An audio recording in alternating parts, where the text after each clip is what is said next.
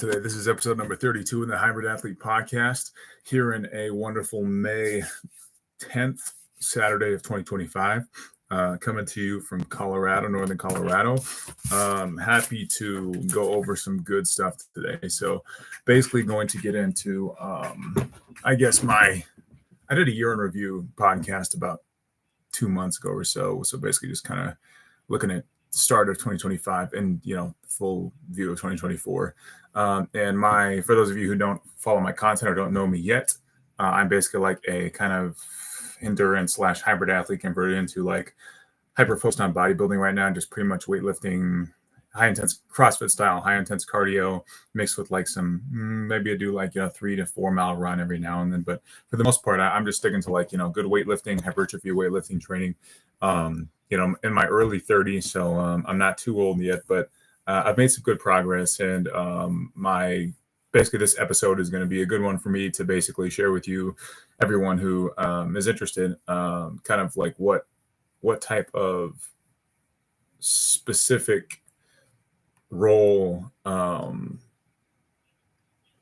strategizing by 2 to 4 week phases and like gauging 2 to 4 week progress, so to speak. So it's kind of a vague, kind of a gray area. Just a brief history of what I've gone over so far in this podcast. I've gone over maybe like some diet stuff. I've gone over like my diet, which is like a paleo diet, kind of mixing carbs, obviously mixing the macros. There's plenty of sources. I've gone over that so far on this channel. I've gone over goal setting. I've gone over micromanaging goals, midterm goals. So this topic is similar to that, but it is different in many ways. I've gone over like my personal progress, like my success in endurance, like my transition, like going 80% weights, 20% cardio to 20% cardio, 80% weights, and kind of like, on a sliding scale of being an endurance guy and then also wanting to lift weights. But that's kind of all in the past. That's historical. I'm going to dig into more of like, I've gone over the mental kind of, things of being consistent, of kind of challenging yourself to like, obviously, this is another kind of common theme across all, podcasters or people who talk about fitness online, of getting past that complacency, kind of being, stagnant or just like being satisfied with just showing up. I think episode 29 or 30, this last couple of months there was one about that. So that's all been covered. This episode is more about like the nitty gritty of like what type of conversations you need to have with yourself on a daily basis. And then again, a lot of this is personal experience. I'm going to share a few snapshots of some articles and stuff that I've come across just in my daily life, and maybe some posts of other media. I might just, share a snapshot of some social media posts from other, high profile, fitness influencers and stuff. And maybe just share with you kind of like what the day-to-day internal dialogue should be from my perspective, in my view, of somebody who, I'll just start off too by saying in this conversation that like fitness has changed my life. I have a very, very deep kind of intertwined connection with fitness, health, relationships, my relationship with my wife, my relationship with my son, my relationship with people at work. Fitness is like spilled into all of that. So that's where I want to get into kind of more of like the psychological dialogue, just the day-to-day of, I've gone over like how to fix problems. I've gone over like how to set priorities of which body group do I do? How do I lift? How do I change exercises to get more progress? That's all been covered. But this one is more about kind of like me like spilling kind of deeper into like how I view myself, how I perceive myself, how fitness has changed how I perceive myself, how I continue to try to improve my realistic view of myself, and how I day to day, 24 hours a day, pretty much am internally saying, make sure you're doing something to become better. Make sure that you are, if you're not in the gym, make sure that you are thinking about the right things, make sure that you have good habits at work, make sure you have good habits with your family, make sure you're not focused so much on fitness that other things fall apart, vice versa. Make sure that you make enough time if you're really serious about getting in the best shape of your life, if you're serious about using fitness as a ticket to not have health costs for the rest of your life. That's a huge piece of it too. There needs to be internal dialogue that everyone has to where they consistently know why they're straining themselves, why they're not eating what everyone else is eating sometimes, why they're waking up at 4 a.m. to go to the gym, why are they suffering through an endurance race, why are they doing this? So obviously the why is always like every motivational book will have that. It's fine. Discover your why. That's great. Okay. Everyone who's watching this probably already has their why. I want to talk more about like what types of it can be self-hype, it can be like the internal dialogue and kind of like the daily regimen or the daily changes in your regimen to where you gain an advantage on yourself. A lot of times it's you versus you. I watched an interesting interview with Barry Bonds yesterday where he was basically talking to some NBA superstars, and he obviously didn't play in the NBA, but he was basically giving them the spiel on like, I had tunnel vision on the pitcher. I was never worried about any position players. I didn't care if I lined out to the second baseman. Every at bat was, all I need to do is win this one-on-one battle. It's not you versus 9 players in the field. It's you versus the pitcher. And then he had this like crazy mindset of, it doesn't matter how fast you're pitching the ball. All I'm doing is changing the object. I'm changing the object from a glove like a catcher. Think about how easy it is for a catcher to catch a 98, 100 mile an hour fastball if they're a good pro catcher. Every time, just catch it and throw it. They don't even think about it. Barry Bonds' mentality was change that object from a glove to a bat, and hitting a 100 mile an hour fastball is easy. There's so many quotes. I might post one here of like Trevor Hoffman, one of the greatest closers of all time, basically said the most dangerous hitter in history is Barry Bonds. People think he's the GOAT of baseball. I can definitely see how that's a valid statement. So, that's like an example of kind of, you want to have like a unique perspective that's niche, that's specific to you, that goes beyond all the noise that comes from social media. That's, you can see someone, lifting, bench pressing 550 pounds or whatever, and you can get motivated and be like, God damn, that's cool. You can watch David Goggins and you can think, holy shit, like he doesn't stop. This guy's crazy. But your daily life in reality looks different than what a lot of things that you're seeing on social media or online that you're getting motivated about. Your daily life, if you can put a camera on like your life, your daily life, and maybe like and this is one thing I do is I always consider like, what if there was like just a camera watching me all the time, and I was like maybe 10, 15, 30 minutes after the moments I was watching myself and like reflecting on what I did. Like, say, for example, I'm driving and then I stop in my car, and before I'd come into my house, I'm like scrolling through social media, like mindlessly scrolling, or like on Facebook, or like just like looking up an article, or like looking at something that's like not productive for me. Or maybe I'm just like, wasting time at work, like not fully engaged in my work, or like listening to music or something, or like kind of fucking around. Like it's never like that much. It's always like little here, little there type thing. But imagine if there was like a camera on you at the gym, or like basically through your whole day, and like that type of like, and slightly delayed like reflection. Let me go back an hour and do this differently. That's like kind of how I live in real time. I try to like synchronize myself and just think, okay, like how would you change the last 10 minutes? We'll do it this next 10 minutes. And it's almost like kind of it's like a specific mindset, I think, for fitness, to where you're thinking, okay, like you're hyped up about this workout, and you spend like a lot of your day. If people are like me, you spend like your morning, if you're going to work out in the afternoon, it's different than if you work out right away at 4:35, 5:30 in the morning, really early, like some people do. But if you're like working out in the afternoon, you always like spending it kind of that lead up of like, I'm going to work hard so that I can reward myself with this workout. That's the internal dialogue I'm talking about. I'm thinking, create internal mental advantages to where the difficult stuff becomes your advantage, to where like you either thrive in it, or you like embrace the difficulty. So that's like what I'm talking about in terms of creating an environment in your own mind to where you have an advantage over 95% of the population. If you're on the outside looking in, you view people that are very successful, people that are in really, really good shape, like bodybuilders, or someone who's like, wow, like how did they get there? And it's always something that they always say the same thing. Like, oh, it's consistent. Don't miss a day, check all your boxes, whatever. Yes, that's in place. But what I've discovered, the older I get and the more advanced I get in working out and like really trying to dig in and get better and better, if I'm trying to like keep very lean body fat percentage and also get stronger at my bench press or my lifts, it needs to be kind of like something to where I can trigger myself to like get into a mindset of, all right, like I'm doing this, but also like I'm not taking just doing it as the solution or as the answer. You want to put a personal twist on what you're doing, whether it's at work, whether it's and that's the thing about it. We're talking about, this podcast specifically is more like a work-life balance type thing, or almost like your entire philosophy, your entire who you are as a person type discussion, to where you want to have a personal twist so that people remember you, they don't forget you, and they notice something different about you. That applies to, that basically applies to how you start a conversation, how you end a conversation, the type of impression you make, first impression. Like if you're focused on making a good first impression, and then you focused on like saying a particular phrase, maybe to people who you work with or who you're around, those types of things, if done the right way, can really generate a positive positive feedback loop. I'm digging more into that type of application with my fitness.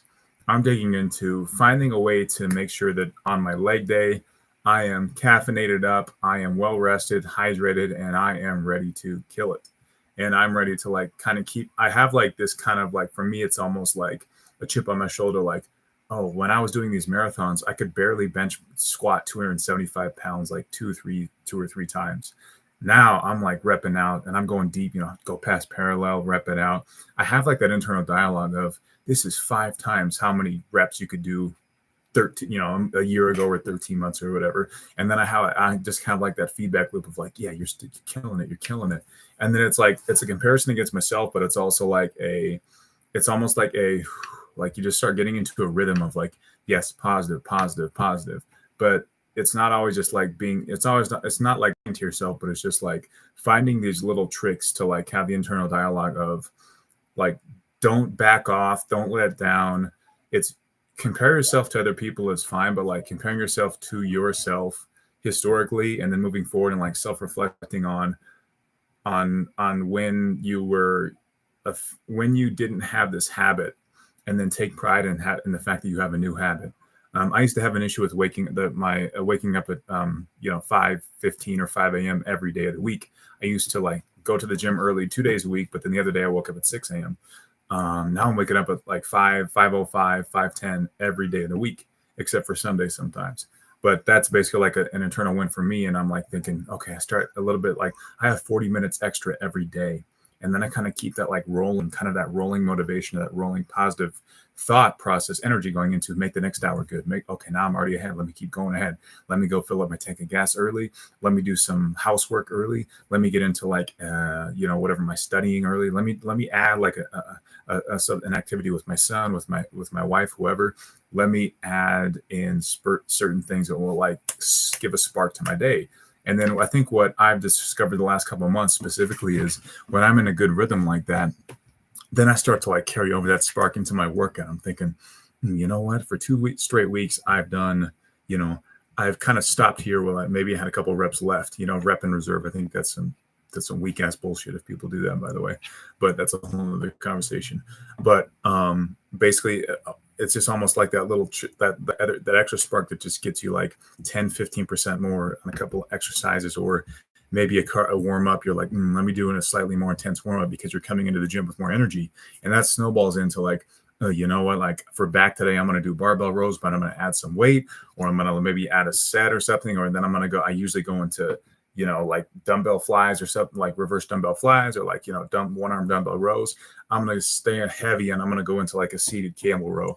I've basically like had some momentum going after my weak body parts because that's in the motivating factor in me. I just had the example with legs, like, I'm lifting tons more than what I did when I just finished a marathon type thing.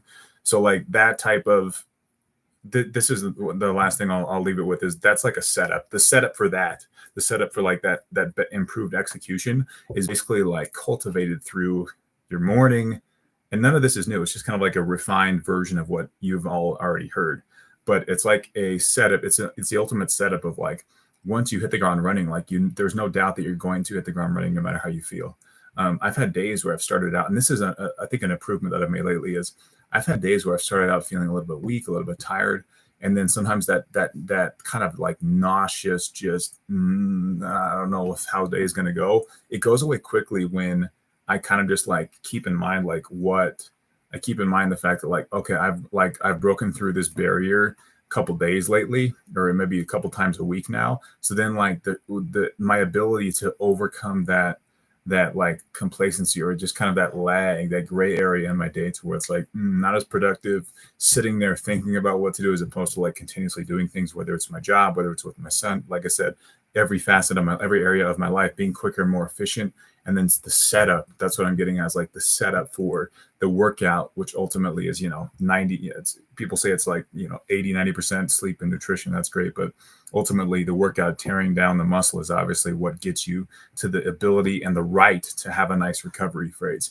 I've been working out harder, like at HIIT cardio. So I've been kind of still like keeping my weight up. I'm at 203, 204 right now, still pretty lean body mass. And then I've like almost increased the intensity on HIIT cardio, like assault bike intervals, of jump roping, of boxing, of like really good cardio to keep me lean, to keep me strong, to keep me like agile, but also just to like continue my strength and like keep making gains, obviously in legs and back. Those are my focus. So like my point, and again, like that's another example of the snowball effect of like, well, the setup for that HIIT cardio day is like, listen to the right music, talk to yourself internally. Maybe you had a good day at work, and then maybe we're saying, oh yeah, see how good you did at work. Like now you're going to do that good in the gym, even though you didn't feel good this morning. So it's kind of like, it's kind of just like it's almost like a meshing of like fitness more with other areas of your life. You can have like, most people, say, God, family, fitness, finance, the 4 Fs or whatever. There's plenty of people that kind of view their life that way in a healthy manner. So it's a similar way of like mesh those more. Don't consider it like, oh, my gym time, my family time. Consider it like my healthy activity time lasts 18 hours, 17 hours a day, and I sleep 7 hours. That's how I view it. Like I split my 17-hour waking day into like 2 or 3 parts, like intense working out, and then like intense, shower, dress, take care of my son, all that stuff. That's intense too. It doesn't slow down. It doesn't stop. My intensity doesn't stop just because I left the gym. And then when I do that, I always have like a kind of I'm hungry. I'm always hungry, literally and metaphorically, for the next thing. So I think that's a good conversation that we can have today. And I hope this resonates with people. I hope it's just kind of like ultimately, I hope that people's takeaway is, don't let the gym be the gym. Focus on integrating everything. Focus on the setup for like the internal dialogue starts early, it ends late. Focus on the setup of getting yourself in a position to where you can always execute, right? Not just showing up. We talked about that a couple episodes ago, but more of like, what type of tricks can you pull on yourself in a positive way to where you just feel like, yes, I have more momentum, I have more strength. Even though I didn't feel good this morning, I have more strength going into it. Even though I'm competing with other people that are maybe technically better than me, I feel more confident than I did last week, than last month, going into this against them or with them or whatever it may be, so that my execution has just improved. And it might manifest in the way of like a 3 to 5% increase over the course of an entire month. And you still may feel, I've been working. David Goggins hit on this once in one of his conversations that was pretty popular. He was just saying, just you can work out literally an entire month and hardly see any gains, anything that's significant. And then it's hard. It's like 80 to 90% of people are just like, well, the hell with this, I'm not doing it anymore. But it needs to be more of like, again, and this type of internal dialogue, this type of mentality will lead you into the healthy obsession phase of fitness and other things too in your life, of like, it doesn't matter how I feel. It's obviously like that type of mindset is so valuable when it's like, it doesn't matter how I feel, I'm literally doing it automatically. But then when you go from, that's great, you do it automatically, to not only am I going to do it automatically, I'm going to automatically push myself at the right time and set myself up for faster incremental gains as I go along and on my journey. And then I'm going to reap the rewards of all areas of my life, because again, it's like integrated, and there's more integration and meshing of everything. So I really hope that hits home with people. And thank you for watching. And I'll try not to be, 2-3 weeks delayed in this next episode that comes out, episode 33, but episode 32, that's a wrap. So everyone have a good week. And looking forward to summer. Take care. Bye.